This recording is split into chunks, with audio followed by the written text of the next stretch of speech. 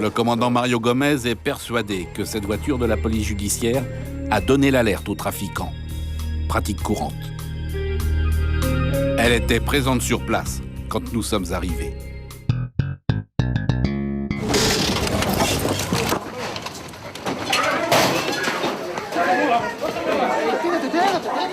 Le groupe Alamo est le principal groupe de choc de la police préventive mexicaine.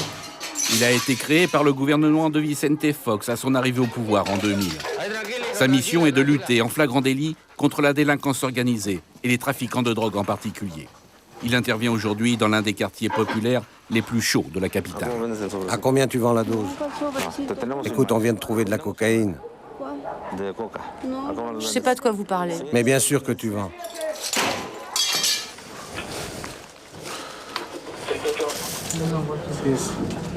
Et ça, c'est quoi? Ah, c'est une dose de coke. Ils ne vivent pas ici. Ils viennent et ils s'en vont toujours. Mais comment s'appelle-t-il? Je ne sais pas. Que vendent-ils? Allez, calme-toi, ma fille. C'est que je dormais. Mais que vendent-ils? Je ne sais pas, mais je sais qu'ils vendent. Mais quoi? Ils viennent, c'est tout. De la drogue? Dans des petits papiers? De l'herbe? Oui, dans des petits papiers. Les dealers se sont envolés. Dans cette maison, Alamo n'a saisi que quelques grammes de coke. L'explication n'est pas loin. Et les gars, prenez une photo de la voiture de la police judiciaire là-bas derrière. Et demandez-leur ce qu'ils savent du trafic de drogue dans le coin. Le commandant Mario Gomez est persuadé que cette voiture de la police judiciaire a donné l'alerte aux trafiquants. Pratique courante. Elle était présente sur place quand nous sommes arrivés.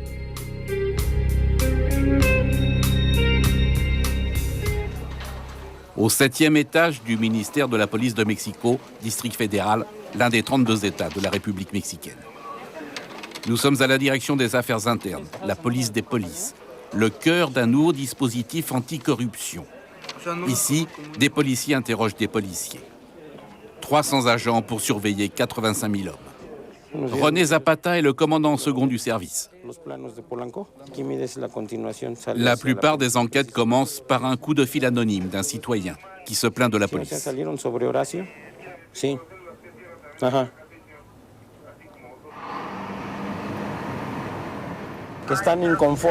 Par exemple, les gens ne sont pas d'accord que l'on vende de la drogue dans leur quartier. Alors ils nous appellent et ils nous disent « c'est un tel qui vend, il habite à tel endroit, dans telle maison ». Ils nous donnent beaucoup d'infos, des fois même le numéro des voitures de police qui parlent avec les dealers.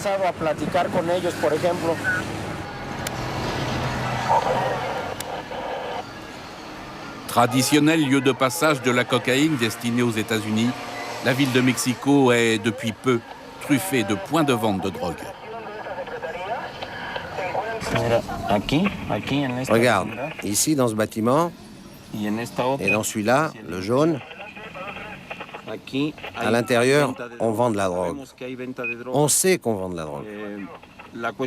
Mais le problème, c'est que dans ces couloirs peuvent vivre 10 ou 15 familles dans autant d'appartements. En fait, Zapata nous a amenés ici car il soupçonne certaines patrouilles de police de protéger les points de vente de drogue. Cette voiture des forces spéciales, par exemple, lui paraît suspecte. Un policier dort sur la banquette arrière. Que se passe-t-il? Qui est le responsable de cette voiture? Fausse alerte. Elle transporte un officier venu chercher des documents chez lui, à quelques mètres de là. Plus loin, une voiture de la police judiciaire garée près d'un parc où se réunissent habituellement les dealers. Cette voiture ne devrait pas être garée là comme ça. En plus, tu les vois dedans? Ils sont pratiquement endormis. Je peux penser que les délinquants de cette zone sont de mèche avec eux. Parce que ces policiers n'agissent pas contre la délinquance, parce qu'ils dorment, qu'ils n'essaient pas d'arrêter les voyous. Ils devraient patrouiller, essayer d'en appréhender. Alors les délinquants travaillent librement, non? C'est là qu'intervient la collusion. Je te laisse travailler et ensuite tu me donnes telle ou telle somme d'argent. Encore mieux, ce 4x4 aux vitres fumées, garé derrière une autre voiture de la police judiciaire devant l'entrée d'un passage.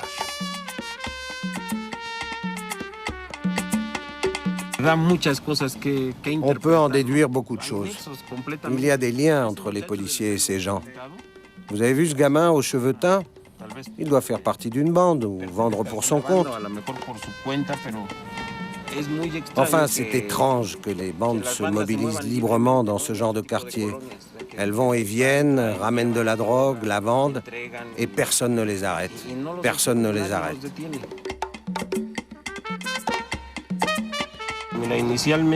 Un jour, on a arrêté 5 types, tous armés. Celui qui les commandait nous a offert 7 000 € pour qu'on les laisse partir. Si cette offre avait été faite à des policiers qui n'appartiennent pas au service des affaires internes, elle aurait eu des chances d'être acceptée? Oui, sûrement.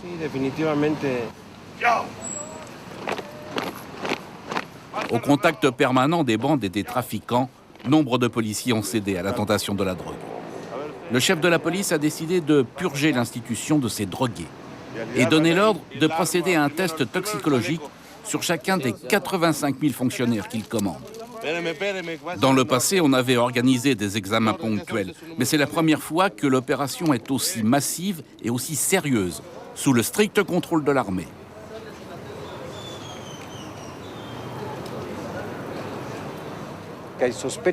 On soupçonne donc que beaucoup de policiers se droguent? C'est le soupçon du chef de la police. Mais la drogue, il n'y en a pas que dans la police, il y en a partout. Les premiers résultats ont donné raison au chef de la police. 2,4% des effectifs sont positifs.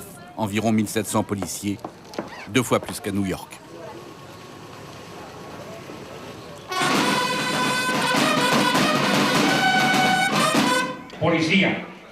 L'homme qui a lancé la croisade, c'est lui, Marcelo Ebrard, politicien de formation, jeune et en apparence au moins déterminé. Il multiplie les rencontres avec la troupe, cherchant visiblement le soutien de la base.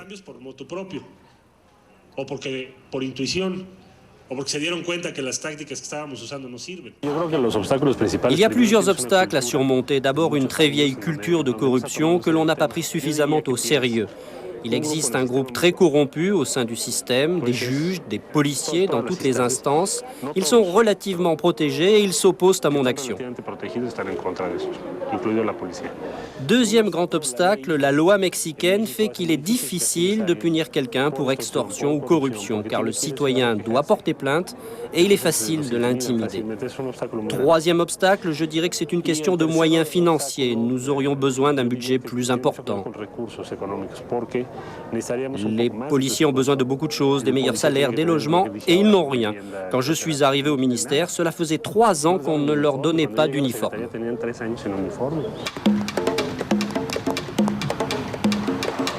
Polanco, le quartier le plus riche de la ville.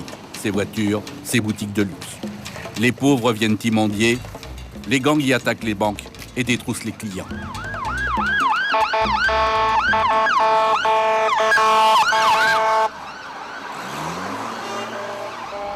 Curieusement, Zapata consacre ces dernières semaines plus de temps à lutter contre la délinquance qu'à traquer les policiers ripoux. On lui a confié la direction, ici à Polanco, d'une énorme opération de ratissage. Sous ses ordres, des éléments venus des différents corps de la police en uniforme du district fédéral, supervisés par les hommes en civil du service des affaires internes. Objectif, contrôler et fouiller de manière aléatoire les taxis et les voitures suspectes qui passent par ce carrefour. La pêche donne de bons résultats. Ces hommes ont trouvé de la drogue et des armes dissimulées dans les véhicules. Ils ont intercepté des voitures volées et arrêté des taxis recherchés pour enlèvement express. Dans ce cas de figure très courant à Mexico, le chauffeur et ses acolytes rançonnent le passager.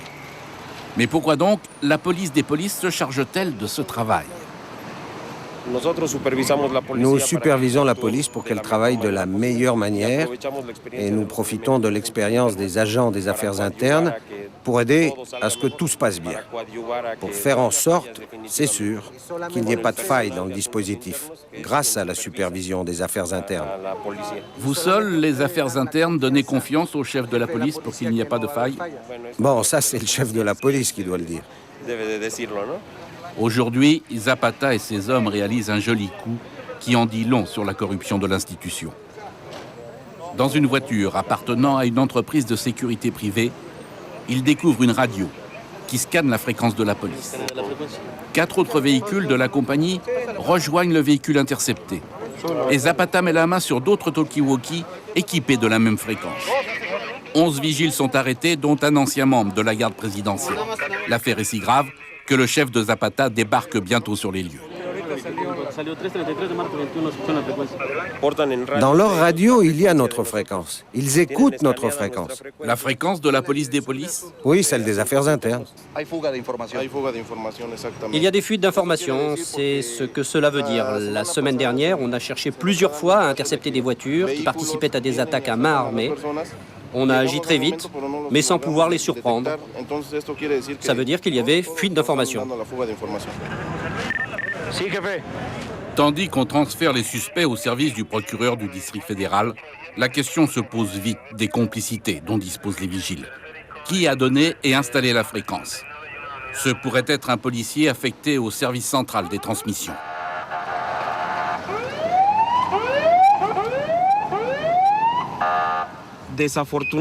Malheureusement, beaucoup d'anciens policiers ont trouvé du travail dans des entreprises de sécurité privée. Et ils connaissent notre mode opératoire, notre fonctionnement. Ils débarquent dans ces entreprises et profitent des connaissances acquises au ministère. Alors vous imaginez, avec ce qu'ils savent et l'écoute de notre fréquence, ils nous battent à tous les coups.